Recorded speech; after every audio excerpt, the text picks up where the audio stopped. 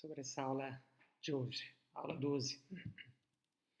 Esse é o diagrama que nós vamos usar na simulação. Primeiro eu chamo a atenção para isso aqui, ó. Quando você usa uma referência 50 ou menos, ele fica em malha aberta, isso aqui dá 0. Então, para obter o modelo, vocês usam 50 com ref, e para os testes pode ser 60. Vejam que eu coloquei um compensador C1, pré-compensador, um compensador na alimentação C2 e dentro da malha direta um C3. Então, qualquer um dos projetos que a gente viu pode ser colocado aqui.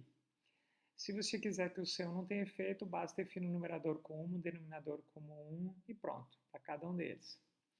O segurador de ordem 0, tempo de discretização de 10 milissegundos. A saturação ela é de 0 a 100, não é o 256.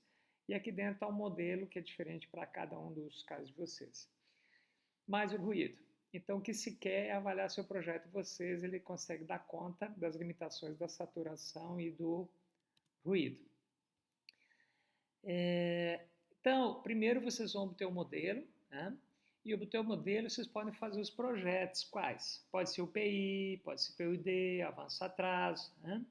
Nesse caso, vocês definem o C3, esse aqui, né? E o C1 e o C2 são FTs unitários.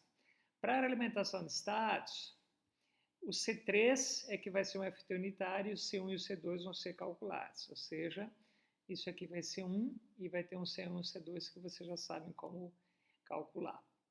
Okay? Então, FT unitário é simplesmente definir o numerador e o denominador como sendo iguais a 1. Aqui, um exemplo de modelagem, uma função de transferência de ordem 1 com atraso, uma de ordem 2 e uma de ordem 4. Então, a minha sugestão é vocês obterem essas 3 FTs, 1, 2 e 4, para vocês poderem ter liberdade para fazer os projetos de vocês. Então, veja, se você quiser fazer o PID via LR, o BOD, a função de transferência pode ter qualquer ordem, só que é melhor sem atraso, porque atraso nesses gráficos bagunça pra caramba. Vocês teriam que usar a aproximação de Padé. Então, ao invés de usar a aproximação de Padé, é bem melhor você já estimar uma função de ordem maior. Outra possibilidade é usar a sintonia lambda, mas para isso, a FT tem que ser ordem 1, com ou sem atraso, ou então a FT de ordem 2, que esse método que é mais limitado. O avanço atraso pode ser qualquer FT de qualquer ordem. Também é melhor tirar o atraso, porque senão o atraso bagunça muito o gráfico de Bode. E a alimentação de estados também pode ser qualquer função de transferência de qualquer ordem, sem atraso também, porque senão você tem que pegar e aproximar o atraso por Padé. Então é melhor aumentar a ordem da função de transferência. Então é o que eu coloquei aqui. Os atrasos, eles dificultam bastante os métodos via lugares raiz, gráfico de Bode, alimentação de estados. Então estima uma função de transferência de ordem mais alta, que aí resolve o problema. Muita atenção! Vocês projetam o controlador usando a função estimada, G1, G2, G4. Mas a simulação, ela não é feita com o G1, G2, G4. Ela é feita com a função transferência original, que é o G, que está definida no script de vocês. Isso já está prontinho lá. Só prestar atenção. É sempre assim. Então, na atividade 2, vocês vão projetar o controlador. Especificações. Tempo de estabelecimento menor que a metade, de malha aberta. Erro em regime menor que 1%. E sobrelevação menor que 1,5%, que dá um zeta maior ou igual a 0,8. Que mais? Deixa eu ligar minha bateria. Descarregar.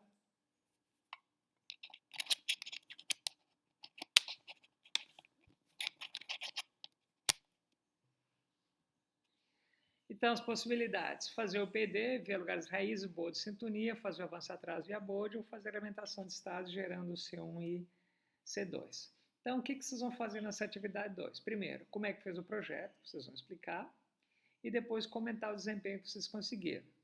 O primeiro teste é com o comando STEP. Então, M é a função de transferência de malha fechada, com compensador, e GU é a função de transferência que relaciona a referência com o sinal de controle. Está lá dentro dos scripts, é só dar uma olhadinha lá. Então, você faz um primeiro teste. Então, aqui um exemplo de teste, a referência 60, então a saída saiu daqui e tendeu para referência. E aqui o sinal de controle, vocês vejam que ele passou do 100, que é a saturação. Depois vocês vão avaliar no Simulink. Então, o compensador, que já foi definido, vocês vão simular ele dentro do arquivo do diagrama que eu passei para vocês e vão descrever o desempenho comparando com a especificação que foi feita, né? Então, vocês vão comentar o sinal de controle e a saída se atendeu à especificação. E procurem comentar também o efeito do ruído e da saturação nessa resposta, coisa que não tinha na outra simulação. Caso vocês não consigam atender as especificações aqui no Simulink, né, você deve justificar porque que isso não é possível. Né?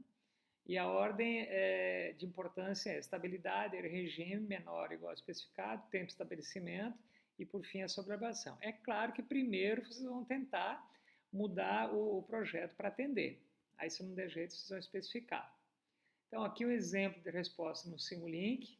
Então, vejo que ele atingiu aqui a referência, a elevação ficou um pouquinho acima de 1,5%, mas se for pouquinha coisa eu perdoo. Tempo de estabelecimento, malha fechada menor que malha aberta. E vejo que o sinal de controle saturou. Mas isso aqui não é pecado nenhum. Se ele saturar e funcionar, está feito.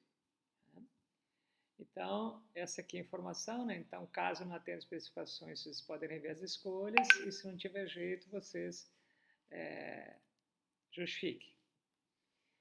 Aqui, um exemplo. Eu peguei um dos problemas de vocês e fiz o teste com vários projetos. O primeiro foi o PID via sintonia lambda. Então, deu aqui bonitinho, respondeu, atendeu toda a especificação. Vejo o sinal de controle, ou seja, o efeito do ganho derivativo. Saturou aqui só um pouquinho no começo. O mesmo projeto via avanço-atraso. Então, vejo aqui que a sobrelevação ficou um pouquinho acima, de repente dá para ter melhorado um pouquinho, ficou em 2%. O erro está legal. E vejam que, nesse caso aqui, o sinal de controle ficou bem agressivo por causa do efeito do avanço. E o último projeto de alimentação de estática, então, foi gerado compensador C1 e C2. E vejo que ficou bem bonitinha a resposta sobre elevação, erro. É claro que aqui tem que calcular aquele P1 para compensar o erro regime. Mas, em resumo, os 3 projetos com a mesma função de transferência conseguiram atender às especificações. Okay? Então, batalha aí que vai dar certo. Orientações finais.